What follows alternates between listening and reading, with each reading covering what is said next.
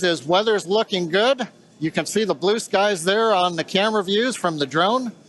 The only thing we're watching is winds. They are within limits at ground level. We expect they may pick up a little bit into the window should we need to go that far. But the good news right now is that the weather is looking good. The range also is looking pretty good. We've moved almost all the boats out of the keep out zone overnight. We are working one, but we're still underway. And right now is a reminder, if for any reason we do not make our test flight today, we have backup launch windows. This could be either 24 or 48 hours after today, and it'll depend on how far we get now. But coming up on 25 minutes to go, everything is looking good, Kate.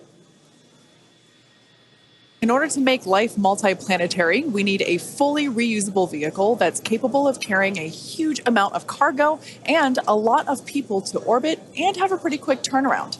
The idea is to effectively reuse launch vehicles just like airplanes. Crowd is getting excited here in Hawthorne behind Mission Control here. Now, imagine if you had to wait for a new airplane to be constructed every time you wanted to fly. You'd rarely go anywhere, and it would probably be completely unaffordable for most of us. In order for us to get to Mars and back with lots of people, multiple times, reusability is a must. Now, in the near term and a bit closer to home here on Earth, Starship will be critical to other programs as well. Once it's operational, Starship will deliver the full-size and upgraded version of our Starlink satellites. And that's super exciting because our next generation satellites represent a step forward in Starlink's capabilities and will provide more bandwidth and increased reliability to connect millions of people around the world with high-speed internet. And of course, Starship will fly a number of human spaceflight missions in the lead up to our first missions to Mars. Entrepreneur and pilot Jared Isaacman will command the first human spaceflight on Starship as part of the Polaris program. Jared served as a commander for the first all-civilian mission to orbit. Inspiration 4 launched aboard our Dragon spacecraft and Falcon 9 in September 2021, raising over $240 million for St. Jude Children's Research Hospital. The first human spaceflight on Starship will launch as part of the Polaris program, and you can learn more about that series of missions at polarisprogram.com. Now, our first lunar mission aboard Starship will be led by Japanese entrepreneur Yusaku Maezawa, also known as MZ. MZ flew to space for the first time in December 2021, he purchased all of the seats aboard Starship's first lunar mission in order to give artists and creators from all over the world the opportunity to go. And the hope is that what they will create in space will further inspire all of us here back on planet Earth. Now, over a applied for this mission, and earlier this year they announced the final 8 crew members were selected, and you can learn more about them and MZ's mission at dearmoon.earth. Dennis and Akiko Tito are the first 2 crew members announced to fly on Starship's second commercial spaceflight around the moon. This will be Dennis's second mission to space after becoming the first commercial astronaut to visit the International Space Station in 2001, and Akiko will be among the first women to fly around the moon on a Starship. The Titos joined the mission to contribute to SpaceX's long-term goal to advance human spaceflight and help make life multiplanetary. SpaceX is also incredibly honored to be part of NASA's Artemis program to establish a sustainable presence on the moon to prepare for missions to Mars. Starship's early test launches, followed by those regular Starlink deployment missions and propellant transfer demonstrations, are directly advancing NASA's Artemis program, along with SpaceX's ongoing mission to make life multiplanetary.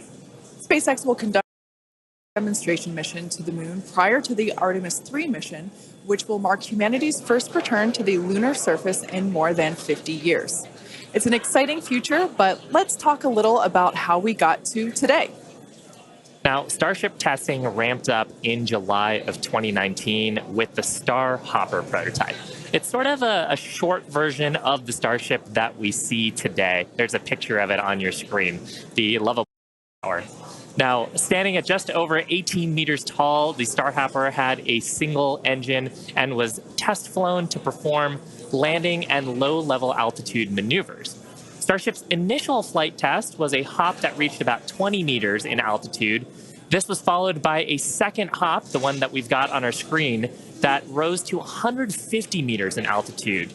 We took a little jaunt away from the launch pad and ended up about 100 meters or so further away from it, and you can see that on your screen. Now, notably, this was the first time that we had used a Raptor engine in flight and demonstrated control of this kind. As a Star Wars fan, I can't not see a flying R2-D2 there. Now, after a series of 150-meter hop tests with earlier prototypes, the Starship program saw a huge breakthrough during a test flight of the vehicle known as Serial or SN8. SN8 demonstrated a first-of-its-kind controlled aerodynamic descent and landing flip maneuver. Yes, I'm talking about the belly flop. This 12.5-kilometer hop test took place December 2020 and saw the SN8 prototype ascend to an altitude of 12.5 kilometers and conduct a belly flop maneuver. While it didn't stick the landing, the test was a major milestone in the development of Starship. I love seeing the belly flop maneuver. Now, testing continued with the prototype on serial number 9. That was a 10-kilometer flight test in February of 2021. We had a nominal ascent, engine cutoff, reorientation, and controlled descent were stable. However, we unfortunately had a dramatic ending to the end of that flight when we had a failure on its engine to relight. That resulted in one of those rapid unscheduled disassemblies. But what was really, really exciting about both serial numbers 8 and 9 is how quickly we were able to achieve just our primary objectives in those 2 high-altitude test flights. In addition to getting lots of great data, Starship successfully demonstrated control of the vehicle and subsonic re-entry capability. Ultimately, we performed 9 Starship high-altitude test flights in total, and in May of 2021, SN15 launched from Starbase, reached an altitude of about 10 kilometers, performed a number of maneuvers, and safely returned to the launch site. This was the first Starship prototype to fly, control its descent, safely land, and to be recovered in one piece. Now, having achieved that success in our suborbital campaign, one of the next big challenges for upper stage reusability is to survive the high heating hypersonic phase of entry. Combined with the ability to refill our Starship's tank with fuel and oxygen while on orbit is what will enable a fully reusable transportation system that's designed to carry both crew and cargo on these long-duration interplanetary flights, and that's ultimately what will help humanity return to the moon and travel to Mars and beyond in our solar system. So as you can tell, it is nothing but an iterative process to get to the point that we are today and where we will go from here. That iteration is a core process of how we work here at SpaceX. We like to fly and we like to test early and both on the side of hardware and software. Yeah, that's an awesome point, Kate. Now, we are continuing our countdown to Starship liftoff just over 17 minutes from now. So, of course, let's check in with John for another status update. John? Thanks, Shiva. Clock is coming up on T-minus 17 minutes from liftoff. We're continuing to click towards 0. However, right now, we've just begun listening in. The first stage team is working a pressurization issue. They're troubleshooting that right now. Now, we do have the option, if need be, if we can't solve this, then we would hold the count and probably treat today as a wet dress and not be able to launch. However, we are continuing to do propellant loading on both the Super Heavy and the ship stages. Now, most recently, we began loading liquid oxygen and methane fuel into the header tanks on Starship. At the very top, just underneath the nose there are 2 small spherical tanks. That's where the fuel and liquid oxygen header tanks are. That started at T-minus 27 minutes, and that propellant loading will continue until T-minus 9 minutes. We'll also continue loading the main tanks of the Starship second stage, although they're pretty much full right now. Everything will drain back as we get ready for launch at T-minus 5 minutes. Now, on the first stage, we're continuing to load the massive amount of propellant onto the Super Heavy booster. That's going to continue until T-minus 3 minutes. You can see the frost line on some of the views as both liquid methane and liquid oxygen go into the tank. It's 16 minutes and counting. We're also currently configuring the launch pad for liftoff. The booster hold downs are being prepared for the release at liftoff, and the second stage quick disconnect is beginning its configuration for release. The liquid oxygen and methane that are going into the second stage go through that quick disconnect. You can see it in some of the views, the arm that comes out just to the base of the second stage. That'll move out of the way as we lift off. At the same time, the SpaceX team continues to check in with the Coast Guard. We're working one boat that's in the safety perimeter. They are working to get that boat out of the way. We cleared several other boats out overnight. We're down to one, and we expect that'll be clear so that we can proceed with launch out over the Gulf of Mexico. But as a reminder, T-minus 15 minutes, 10 seconds and counting. We are working an issue on the first stage, and we'll bring an update as we get more insight into that issue. Now, today's test flight is taking place out of our Starbase facility in South Texas, and that facility has gone through a tremendous amount of change and growth in a really short period of time. Yeah, I mean, 3 years ago, not much even existed there. It was a very different scene, as you can see by that photo there on your screen. Fast forward to today, and the team is building out an entire production line. Yeah, last year they built 4 Starship Super Heavy boosters, 5 Starships, our 200 Raptor 2 engine, and this year they're targeting 5 boosters, 8 Starships in production for 2023. And really, you do need a production system to rapidly iterate, like we were talking about earlier, on the design of the vehicle as we learn more about it from these large tests. Yeah, absolutely. Pulling on my industrial engineering background, system fill is something that is critical to that goal.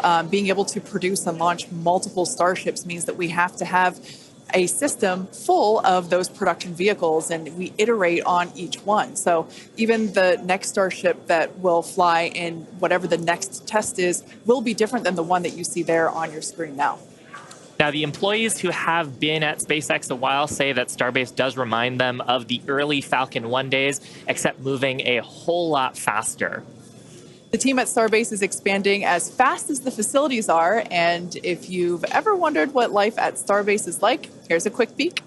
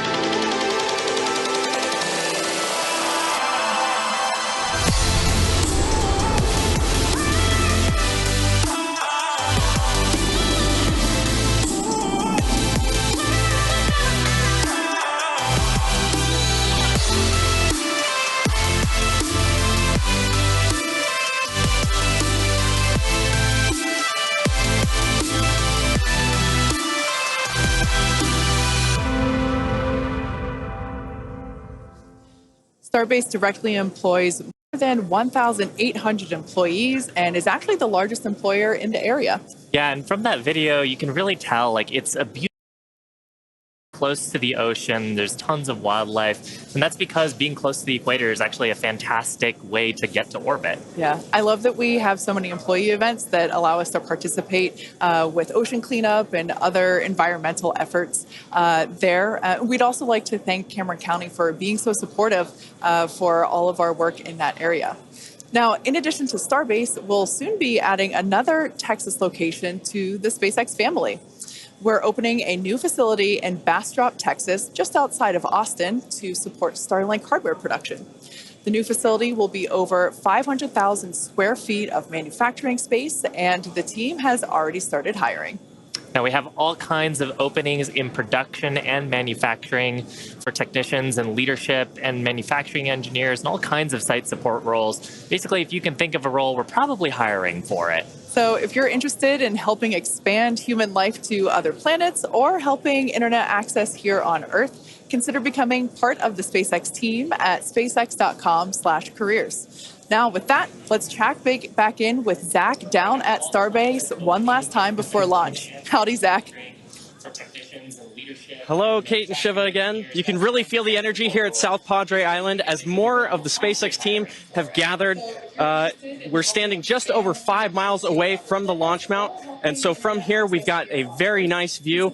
I would basically say these are some of the best front row seats you could get, and might I add, beachside as well. Now, the Starship team has worked incredibly hard to get ready for this test, and we're all clearly excited for T0. And as we get into the final moments, one issue that could hold the countdown or cancel the test altogether is if a boat enters the safety perimeter. Now, over the Gulf of Mexico, which is normally very open to all of the boaters and fishers. However, today, SpaceX is closely coordinating with the United States Coast Guard to establish a safe zone and ensure public safety. And up to T0, SpaceX is in regular communication with the Coast Guard to ensure there are no boats in the area leading up to the launch. Now, fingers crossed that that does not happen. Now, I'll throw it back at Hawthorne as we get closer and closer to that T-0. To all of the boaters and fishers, however, today, SpaceX is closely coordinating with the United States Coast Guard to establish a safe zone and ensure public safety. And up to T0, SpaceX. We're just inside T-9 minutes and counting. We're listening on one of the background loops right now. Flight director is talking about the issue we've had on first stage, working the pressurization system. Decision right now is that we are going to stop the launch for today. We're going to transition the launch attempt to a wet dress rehearsal. So that means we're going to continue with the countdown sequence of events. We'll continue loading propellant, finishing up here shortly on the second stage. We'll also continue loading propellant onto the first stage, wrapping up at T-3 minutes. We're also going to go through pressurization steps, other steps of the countdown. This will be a full validation for the team, but currently the plan right now is we're waiting for final word, is that I think at T-10 seconds, we will finally stop the clock and then recycle the countdown for today. Now we're inside T-8 minutes and counting. We're continuing to load propellant on both the first and second stage. You can see the Starship second stage with the heat shield tiles there. Carriage arms are open. You can see the condensation around the first stage tank is methane, the liquid oxygen, into the large super heavy first stage. Now that propellant loading is continuing until T-3 minutes. As a reminder, and there's our great view looking up at the Raptor engines, the 33 engines. There's an outer ring of 20 engines, and then there's an inner set of 13. Those are the engines that can gimbal and adjust the course of the Starship vehicle on the way up, and of course the first stage back down towards the water landing in the Gulf of Mexico. Now when both stages are loaded, you can see the condensation frost on the side of the first stage. We'll have just over 10 million pounds of liquid propellant on board. Inside T-7 minutes, we're continuing to count. Team is preparing for the hold and scrub at T-10 seconds. Now the good news is everything's been going good. We're just working that one issue. So we are continuing to count. Team will get this as an excellent opportunity to run the end-to-end of the system. Now in a launch, in the next few minutes, the guidance system would be performing its final alignment. We will be doing that this morning. The automated flight termination system would be armed. We won't need to arm it today as we won't be flying, and we'll do final thrust control checkouts, what we call wiggles of the Raptor engines on the first and second stages. Now normally in a countdown, if we needed to hold, there's a view of the second stage Raptor engines just above the first stage. Now, as I mentioned, in a regular countdown, if we needed to hold, that would come at T-40 seconds. That's the point in the countdown where we can pause to wait for final checkouts or pressurization to complete. Now, earlier this morning, we thought we might have to hold it 40 seconds. Everything's looking good, except for the one pressurization issue that the team is going to have to troubleshoot after this morning. So we won't stop at 40 seconds right now. We'll continue all the way down to 10 seconds, and then we'll go into a recycle.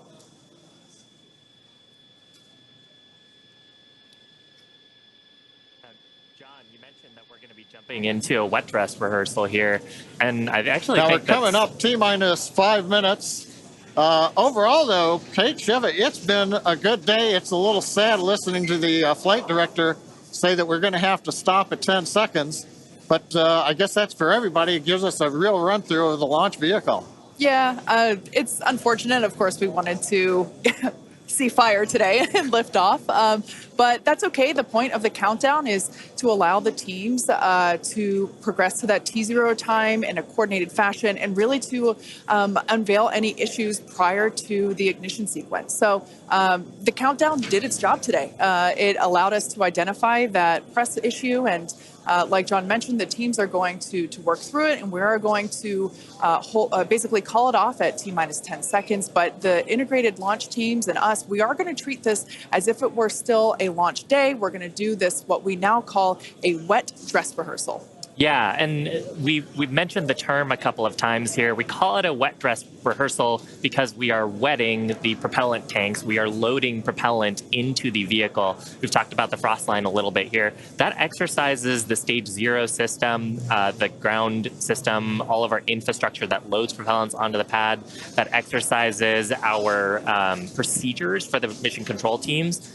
We're monitoring telemetry on the mission control consoles, looking at the pressures and the rates and the temperatures.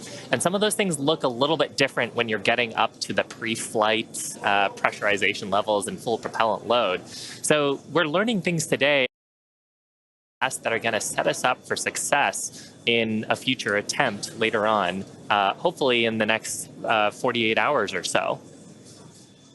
And Kate, like it's also worth mentioning here, we're still going to take the count through to a pretty around the T-minus 10 second mark. So we're really going to exercise everything that we would up until that point in the vehicle states and ground procedures. Yeah, it's like any data that we can collect today is super helpful, and that's exactly what we're doing. We are continuing to collect this data and allow the teams to have be better informed for the next attempt. Unfortunately, due to the needing to recycle the propellant, we are looking at a minimum of 48 hours until we are able to attempt this flight test again.